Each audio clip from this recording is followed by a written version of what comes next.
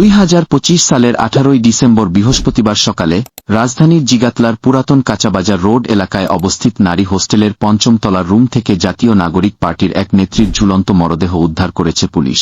তার নাম জান্নাতারা রুমি। তিনি এনসিপির ঢাকা মহানগর দক্ষিণের ধানমন্ডি শাখার সমন্বয় কমিটির যুগ্ম সমন্বয়কারী ছিলেন। রুমি নওগাঁ জেলার পত্নীতলা উপজেলার নাজিরপুরের মোহাম্মদ জাকির হোসেনের মেয়ে এবং তার মায়ের নাম নূরজাহান বেগম। মৃত্যুর আগে তার বাবার সঙ্গে শেষ ফোনালাপে কিছু নিয়ে টেনশনে থাকার কথা জানিয়েছিলেন রুমি।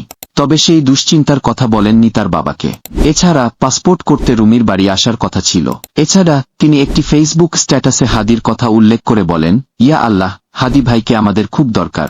এরই ঠিক একদিন আগের আরেকটি পোস্টে একটি ছবি যোগ করে তিনি লেখেন, একদিন ভোর হবে, সবাই ডাকাডাকি করবে কিন্তু আমি উঠব না, কারণ আমি ভোরে উঠি না।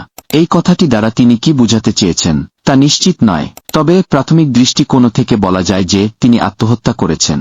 আপনার কি মনে হয়, এটি হত্যা নাকি আত্মহত্যা তা কমেন্টে জানান।